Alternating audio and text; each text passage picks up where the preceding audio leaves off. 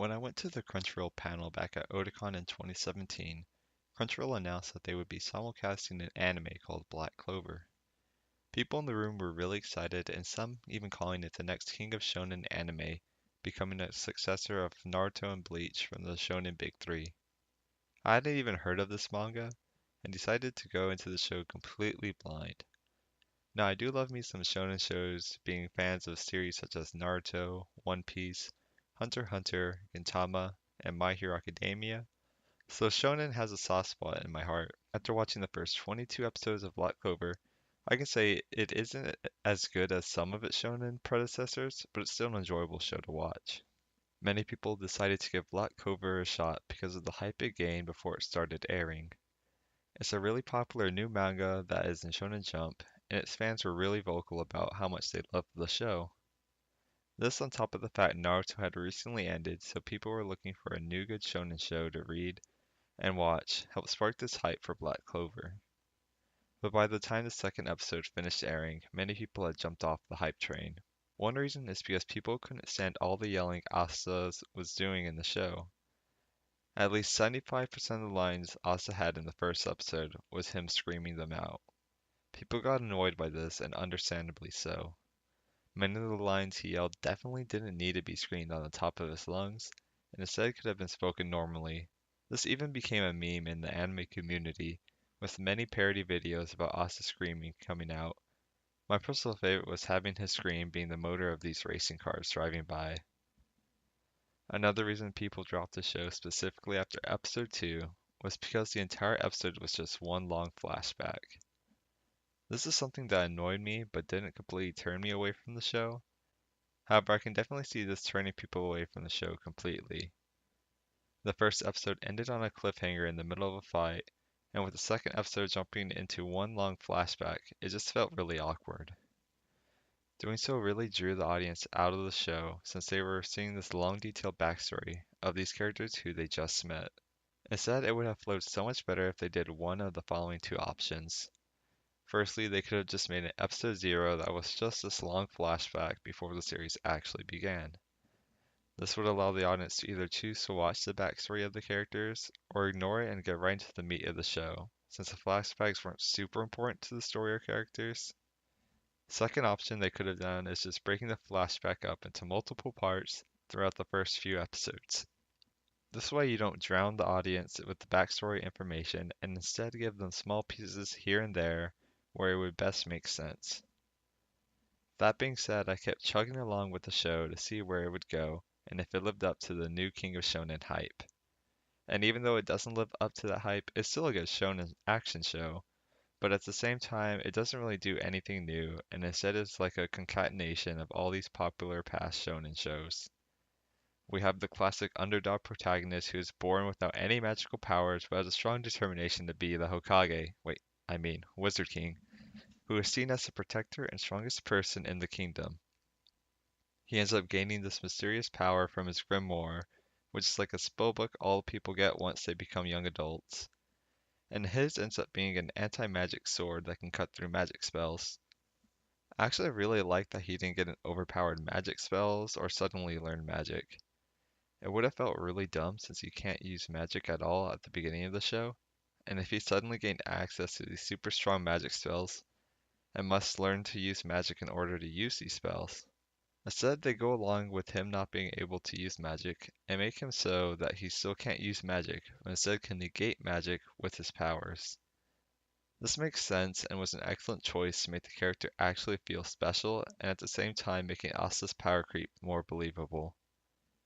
Because everyone fights with magic, almost everyone isn't used to magic negation, and because of this magic negation, Asta will be initially able to take down stronger enemies than he normally would have if he just had strong magic spells.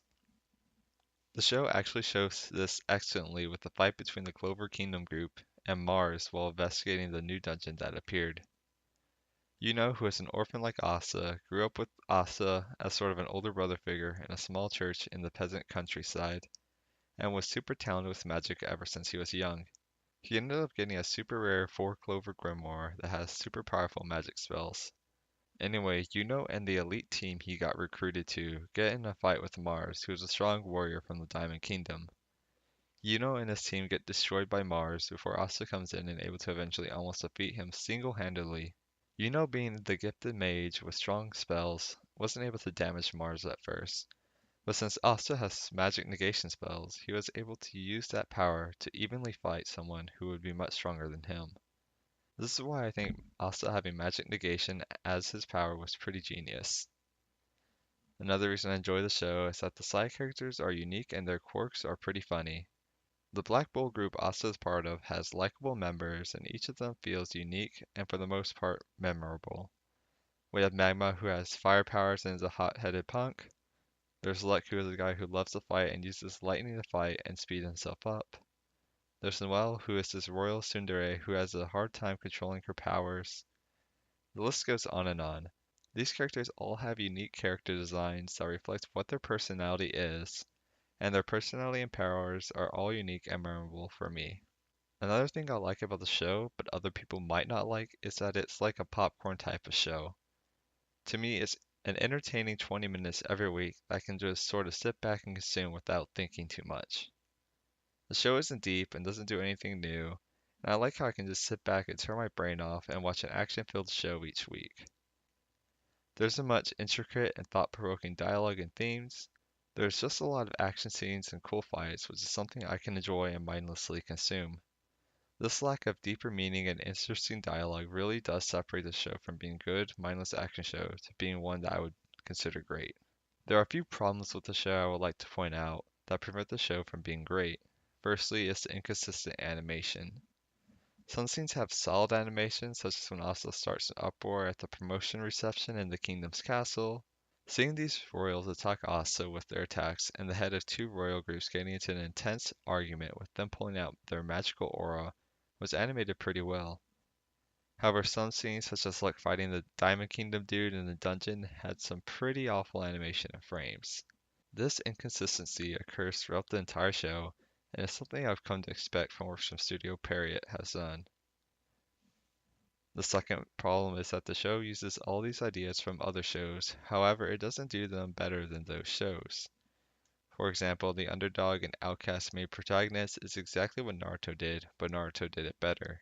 The whole backstory as to why Naruto is an outcast in society is much better than Asa just being a peasant who doesn't have magical powers. Same thing with how Naruto has these villages that have these tensions and hatred towards each other. Black Clover hasn't gone into as much detail as Naruto did, and hasn't made them as unique as the villages in Naruto. We have the Sand Village whose ninjas who specialize in all these techniques using sand, the Mist Village whose ninjas who specialize in techniques with water. Each of these villages have their own unique dark past and present, and learning about them was good world building. Also has a certain charm that seemingly all shonen protagonists such as Luffy and Naruto have, where they can seemingly convince others people to follow them and befriend them based on their words and actions. Another problem I have with the show is the amount of flashbacks and repeated scenes. Some scenes, such as Mars' cruel backstory during his battle with Asta, was repeated at least once for 3 episodes, and we saw the same scenes over and over again, when in all we needed to see it maybe twice at most. The show constantly does this to fill up airtime of the episode, and it really drags down the pacing of some episodes. Other than these moments, though, the pacing in the show is pretty solid for a shonen. So, overall, Black Clover is, in my opinion, not the new king of shonen, but instead just a solid new shonen series hitting the anime scene. The interesting characters and possibilities on where the story could go, on top of it being an entertaining show, triumphant its flaws of bad animation, many repeated scenes and flashbacks, and it not doing anything really new. It sort of reminds me of My Hero Academia, but it's just not as good as that show. It provides me with 20 minutes of entertainment each week, and if you're dying for a new shonen show to watch, I would recommend this. Black Clover is no masterpiece, and I wouldn't even consider it to be a great show, but I still think it's a show like myself and others can enjoy. I thank you all for watching.